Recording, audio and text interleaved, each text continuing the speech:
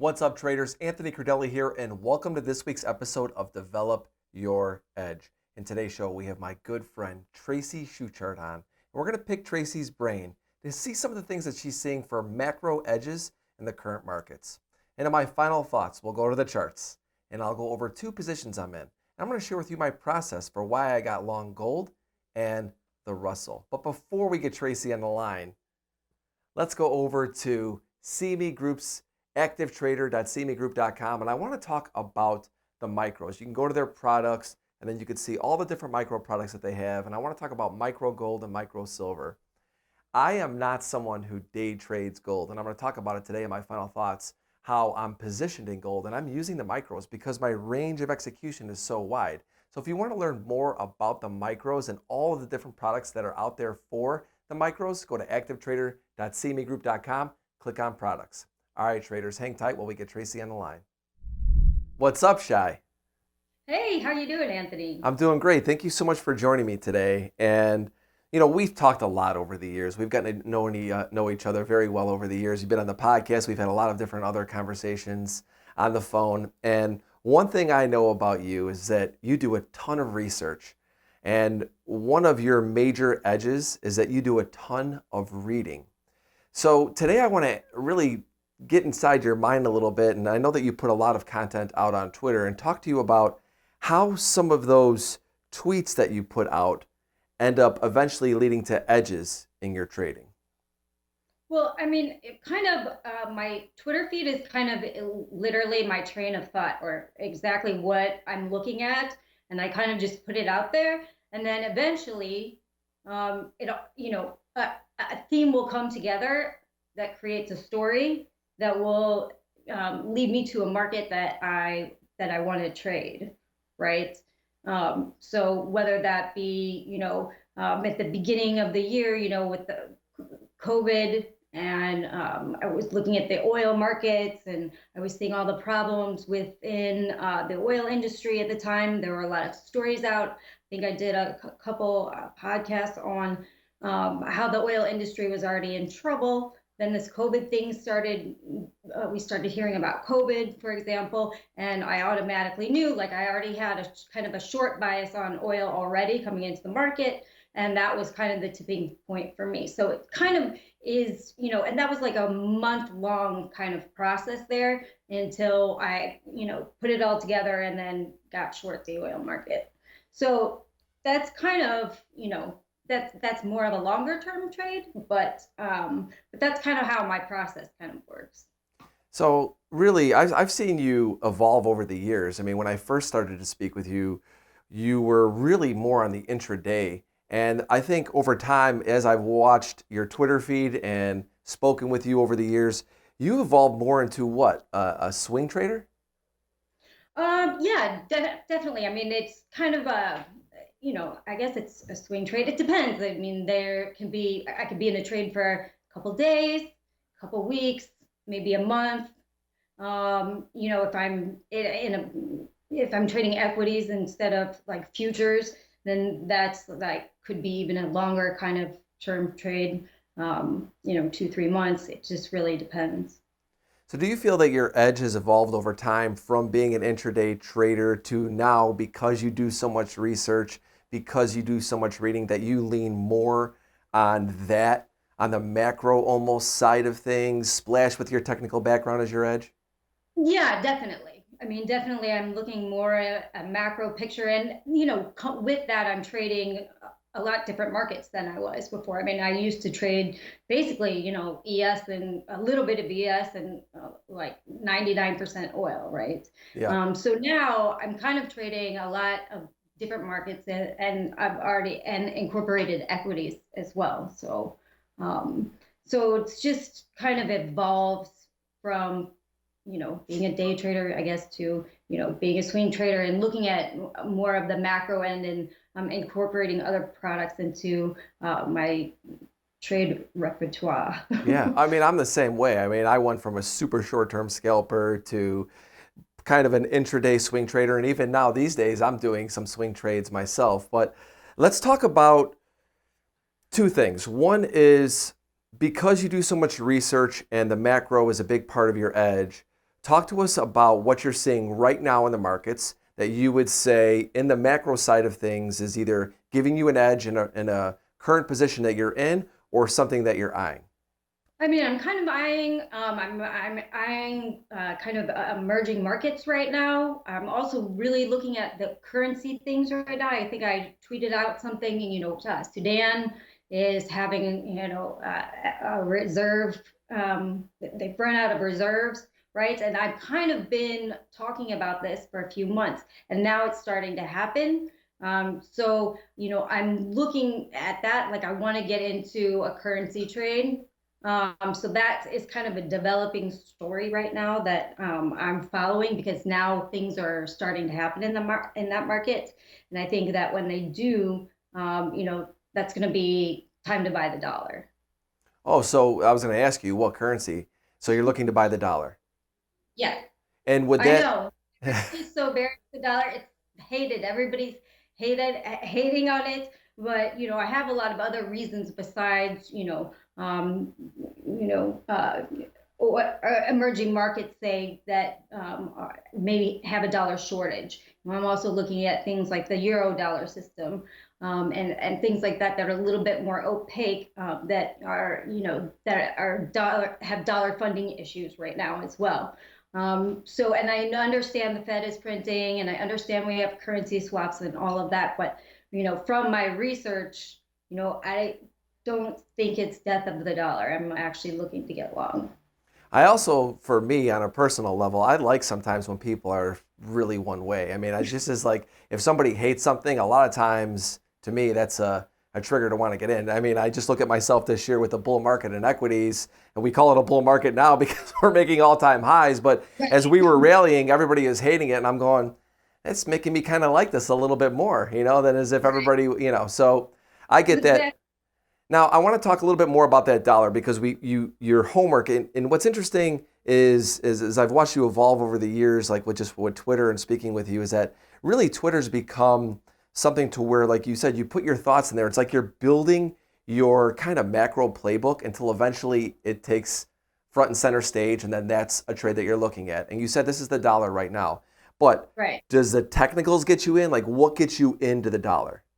Yeah, absolutely. I mean, obviously, even in any kind of macro, any broad sense research that I do, I always look at the technical side to choose my entries, right? So I mean, I still because I used to be just a technical trader, and now I'm trading kind of differently, but I always use technicals to get into a trade. And I mean, sometimes it will happen that I am flipping through charts and I just see a perfect technical setup, and I'll get into the trade without thinking about it. Like the other day, I think couple days ago, a week ago, I posted like a double flag platinum chart, and I literally just initiated the position without thinking about it as soon as Sunday night opened. I mean, just because the technical setup was there and perfect. So, I mean, there are still trades like that. If if I see opportunity, I mean, it's opportunity, right? Yeah, absolutely. So you let it come from the macro side that maybe leads to eventually using the technicals, or it could be purely technical because that's really kind of your background where how you Right, started, and you can right. manage your risk, and you're like, this is just a trade I'm going to take. Right. I mean, if it looks good, it looks good, right? The chart looks good. You know your risk, and I hate. Yeah, I want to talk a little bit more about the dollar because I know a lot of people are probably going to be asking us this: is like, what prices are you looking at? What technical would indicate to you, hey, this is time to step in? Well, I mean, it depends. Well, I'm also looking at positioning. I don't know, COT positioning. I mean, you couldn't get more short the dollar, and it's not just that the hedge funds and the money manager. I mean, literally everybody's short the dollar, and literally everybody's long the euro because it's basically this, the inverse trade, just Yeah. because euro is so heavily weighted in that basket. But I mean, both sides are like it's just the picture's coming together too well right now. Where you're just everybody's hating on it. I'm seeing issues like real issues with dollar shortage issues out there, and then you have positioning that's completely on one side of the boat. So As far as, looking, I kind of like the dollar, anywhere from, here to like 90, or, where it is here. So, I mean, it really just depends. I mean, I have 91 as like one of my levels that I'm really looking at because I have a ton of stuff that's just aligned at that level. Um, but I So mean, but the range could be 90 to 93. I like. yeah, now I want to go to gold now because I'm long gold right now. I actually just got I know. I got in today and I was going through your tweets and you said something along the Oh, lines of you're like, I think gold is kind of either stuck kind of in this range here and what have you. So talk to us a little bit about, because you're now starting to think that the dollar is holding. Do you think maybe that spills into gold? And what are your thoughts on gold?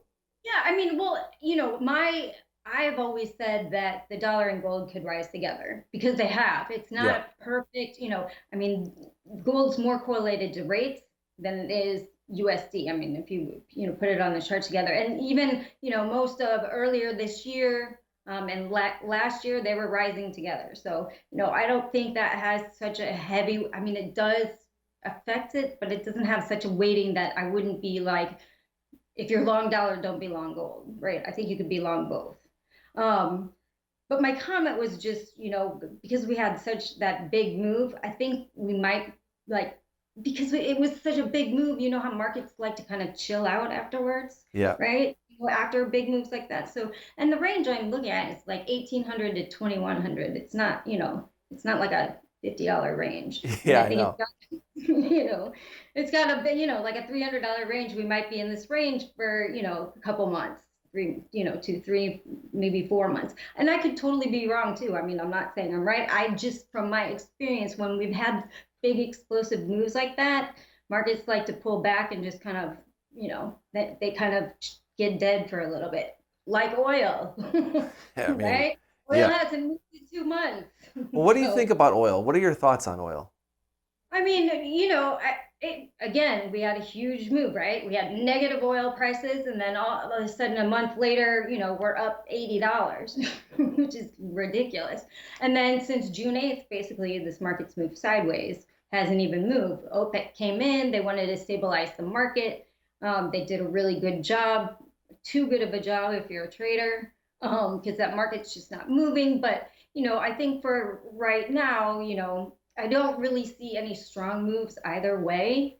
Um, Really, to the end of the year. And I know we're coming in the soft season, but again, people are expecting the normal, big $10 move to the downside, and I just don't think that's going to happen this year. So, with all the research that you're doing right now, looking at the markets as a whole, I mean, right now, I think the only thing that I'm looking at going forward is I think the election's going to be a busy time for us. I mean, it's not too far away. Time seems to just be flying by right now. Every day I'm going, wow, it's the middle of August. I can't believe summer's almost over. But what other stories besides the election that are just catching your eye? Well, I think, right now, I think people should be concerned about this stimulus. Are they going to pass, a stimulus bill? Because, the unemployment has, let out. I think that's something more in the near term, right? I think if a bill passes, that would be obviously, very positive for the indices, even though, they apparently don't need it. But, it would be a boost. Um, and I mean, there's other political things kind of happening. I mean, the big thing is really the election right now, Yeah. right? Yeah, I know. It just seems like that's what it is, and that's why I'm looking at the markets going. Everything that's within a trend right now almost could stay in that trend, just because I don't know that there's always news that we don't know that could happen. But right now, I think the markets are fixed on it. So, final thoughts before I let you go. We talked a little bit about equities. Any thoughts on where we are with equities right now? So, I mean, I mean, we're in that grind, right? We're Yeah. just grinding higher, and I don't think nothing's, face it. There's just, so much liquidity, so much, it sounds cliche, don't fight the Fed, but, you know, we've seen a little bit of volatility in the Nasdaq, a little bit more, right, over the last maybe couple weeks or so. We've had some bigger moves in Nasdaq, but really, if you look at like a long-term daily chart, it's been bouncing off the 21-day, like the whole, all the way up. Every time, it comes down, 2, 3, 400 points, bounces right back up. So, I mean, looking at the charts, I don't see anything not bullish right now. Anything could happen, but I mean, the chart looks pretty bullish. I mean, it's kind of just that hated rally grind, right? Yeah, which I don't like as a day trader, and it's something I've evolved to myself, and I've gotten into more swing positions. I told you I'm long the Russell a little bit right now myself too. And just before I let you go, what do you think about the disconnect between the markets this year, between the Nasdaq making all-time highs, S&P is finally caught up, we've got the Russell lagging. Just curious what you think about that dynamic. I mean, I think it's, I mean, well, it's all, it's five stocks, right? It's Yeah. all the tech stocks that's bringing up the Nasdaq. I think people are having a difficult time with the fact that the economy is so separated from the market, right?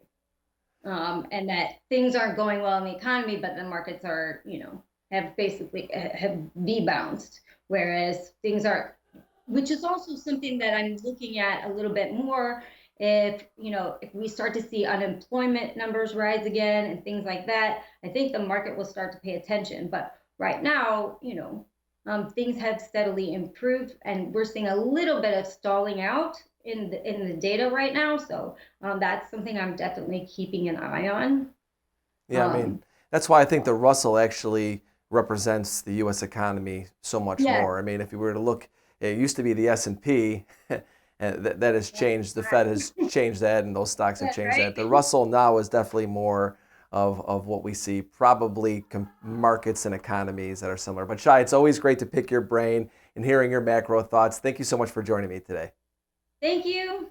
Thanks for Hang, having me. thank you. Hang tight, traders. We'll be right back with my final thoughts. 24/7 access to diverse global markets. Right here. That's why I added stock index futures to my trading strategy. Now when I see ups and downs coming, I'm ready. Well played. Why trade with TradeStation? It's innovative, easy to use, and totally freaking sweet. With powerful tools to track and execute your trades and low per trade commissions on stocks, futures, and options. Upgrade your trade at TradeStation.com.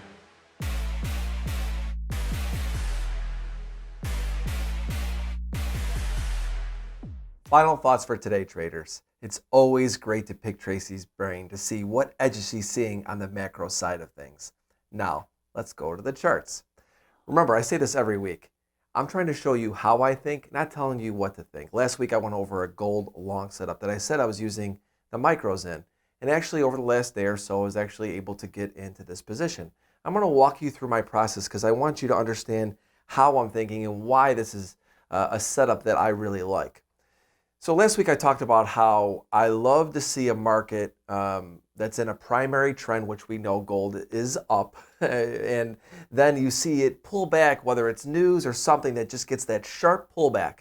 Then my indicator draws lines once the Bollinger Bands start to come back in. So now it's easier for me to manage risk versus before it was just a breakout trade.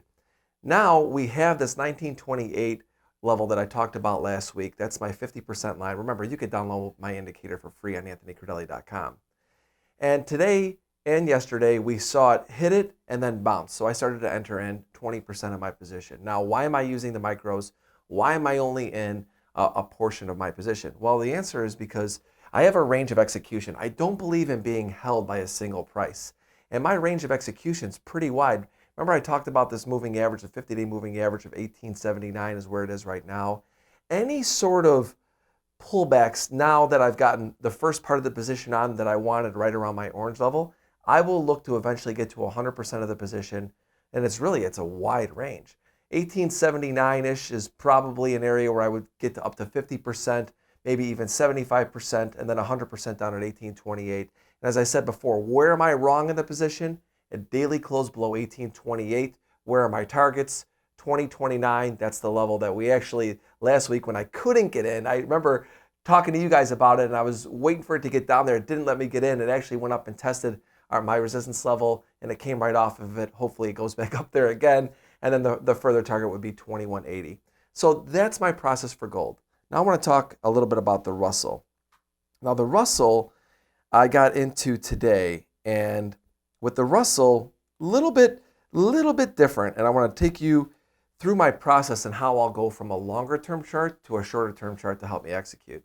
I talked about how in gold, how it was going up with the Bollinger Band going up, and as you can see here, go back to this time. This was the old peak in the Russell and the Bollinger Bands, and we have been continuing to go higher. Not really breaking out as clean as the gold was, starting to see it fall back in a little bit, but I think this is an opportunity to get in with the Bollinger Band up top, still going higher, and it just looks like we're just in this grind higher. So what do? Instead of staying on a daily chart, because I really can't execute off of that right now, no new lines are drawn, I pull up my 60-minute chart. Now, this is a setup I really like. We talked about how on the daily, I wanted to see the Bollinger Bands going up. It looks like we're breaking out from that prior peak in the Russell. Now you have this pullback that we saw in the Russell, and I had multiple support levels come up right around 1555. You could see it on these old Bollinger Bands right there, which was right around 1553-ish area. Then new lines drew again today around 1555, and boom, that's my trigger. So now, range of execution. For me, stepped in long there, going to be a buyer down to 1536. This is a swing position for me as well. And another market you could use the micros in. And stop is down just below 1536. So I'd probably put a hard stop at 1530-ish is where I'm looking at. Right now, initially for me, in about half the position and waiting to add on retest of 1555, or even if we got a little squirt down to 1536, I look to add to get in there. And then targets already this morning, hit some of them. I did not scale out of them yet because I'm only in 50% of the position. I'm still looking to accumulate it. But I think 1579 to 1598 are the targets I'm really searching for. If I were to get a full position on down in here, then I would use the orange as a risk off, and then I would scale out. As you can see from my process, a lot of this is scaling in, scaling out. These are my little bit of my longer term setups for my swing positions, because we're in a grind market right now. We talked about this a little bit today with Tracy. There's not a ton going on, as everyone seems like we're kind of waiting for the election. So that's my process and how I'm thinking and how I'm trading this current environment in gold and the Russell. Now remember, traders, if you have any questions or comments, please put them down below. And you can follow me on Twitter at Anthony Crudele. And don't forget to check out Instagram at Anthony C. Crudele. That's a wrap for today. See you next week.